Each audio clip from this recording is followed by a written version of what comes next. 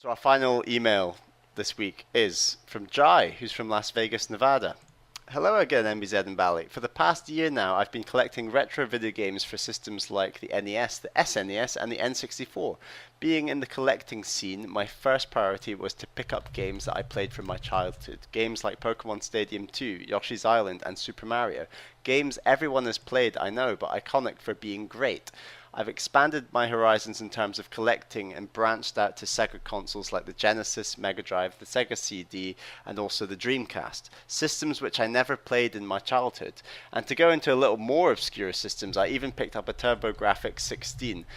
Do you even know what that is?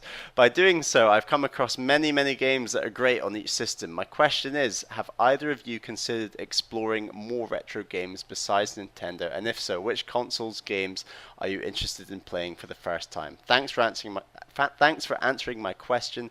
Here's to more awesome podcast episodes. P.S. I've attached some photos to show you the various consoles I've acquired over the year.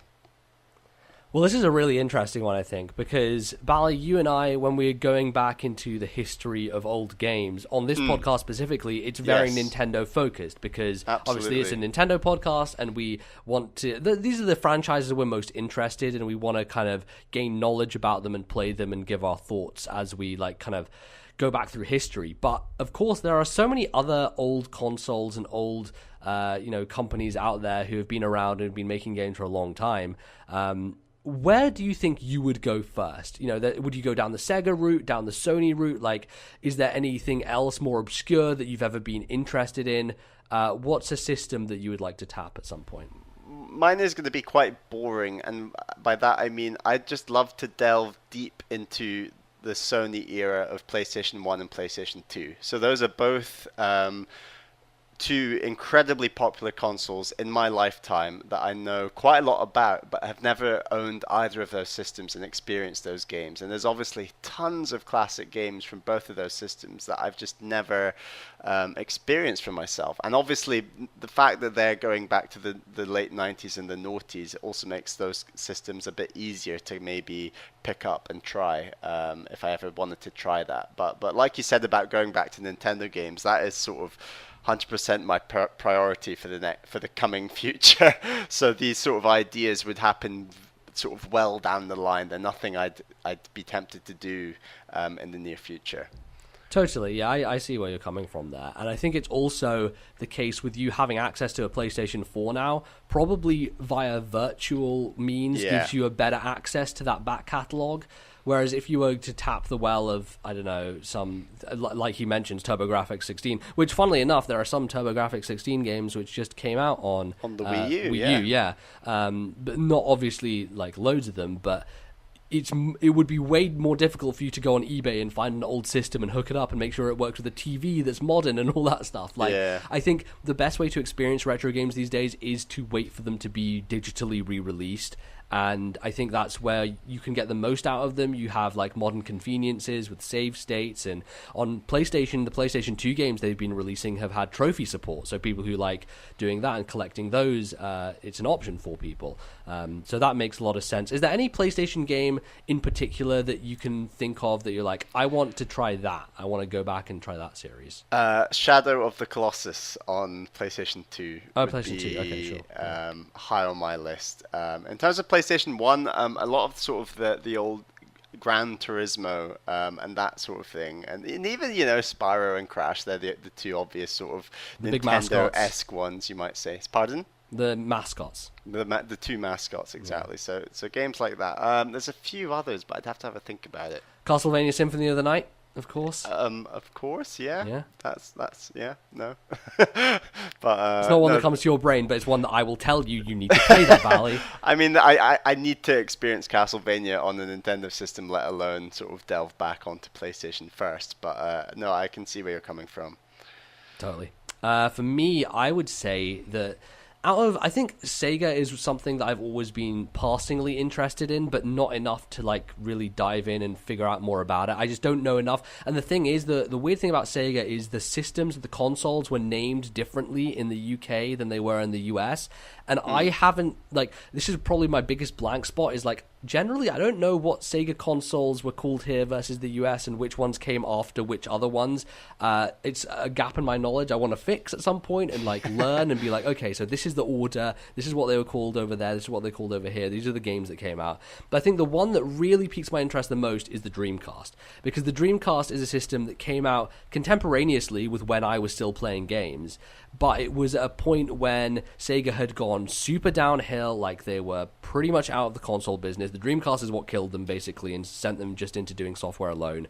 And it apparently, from everyone who talks about it, is a classic system with incredible games. I think it's a lot of the way that people talk about the Wii U, where it has a short lifespan, but it burns bright, and it has some real high points.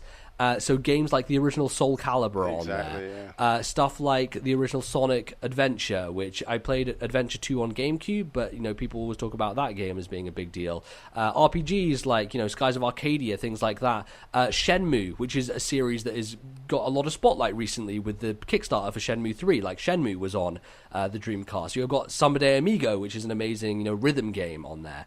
Things like that, and I've always been curious because it has like this verge between PS1, PS2 graphics. Like it's an era that I can appreciate and feel at home in. So it's definitely one that I would like to explore at some point. And I'm kind of interested as to why Nintendo haven't gone after getting Dreamcast games on their virtual console, because I think it would be a smart thing to do. And I would really like to try them at some point. So Dreamcast is the console that I would be most fascinated by going back to. So, and I think it'd be interesting going forwards, like how companies respect and treat sort of these games that are part of gaming history, and so much gaming history has happened in the last 20-30 years that it's incredibly important that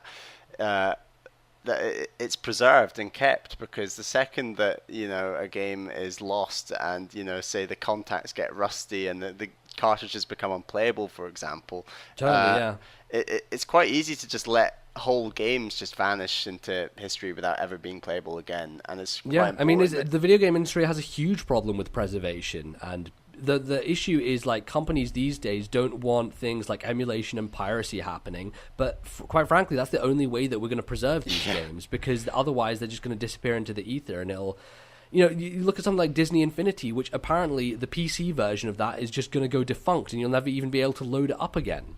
Like, that is absurd. Like, how can we allow this to happen? And by having people in the scene of the black market of like emulators and ROMs, people are like, oh, it's a bad thing, but for fuck's sake, like, you need these people around doing the good work, because otherwise no one else is going to do it. And it says a lot that going way back to the Wii reveal, was it 2005, 2006? Yeah, 2005, I guess, the reveal. Sort of one of the sort of most important points of that reveal, and one of the points where the audience were just the most excited was, oh yeah, we've got this thing called Virtual Console. You'll be able to get games from the N64, the Super Nintendo, and the Nintendo Entertainment System. And I remember the crowd just going wild, and it's just kind of this moment of thinking, oh my god, I have a console that's sort of 4 consoles in one. That's incredible, and it's just important that that trend is continued. Yeah, it was also a very big deal for people who lived in Europe, because you had games like Chrono Trigger and Earthbound and like all these RPGs that never got released here, and for the first time people managed to play them. So I do think, like, despite the fact that obviously we disparage the Virtual Console all the time and how it's terrible and how they never release things at the right timing and it's always just this slow drip feed, I'm glad it still exists. Definitely. Because otherwise we wouldn't have anything, and it would be better to have stuff than not. So there you go. Bally, I guess he's much more talking about like collecting systems themselves, but I think we've made it clear that we're definitely much more in the realm of like, let's just download these things and make it convenient for us to play. So. Yeah, definitely, and that's, like you said earlier, it's to do with TV screens, it's to do with just space that all this kit takes up. Totally, space is a big deal. And also, like you said, save states, absolutely love them. Yeah, you gotta have them save states when you're playing these RPGs. I don't know. I beat Chrono Trigger without save states, so I'll tell you. All right, show off. It's doable, Bally. It's doable. If you enjoyed this discussion and would like to hear more, consider subscribing to us on YouTube and following the podcast playlist. You can also find us on iTunes and various other places. Follow us on Twitter at TNL Podcast and email us thisnintendolife@gmail.com. Thanks for watching. We'll see you next time.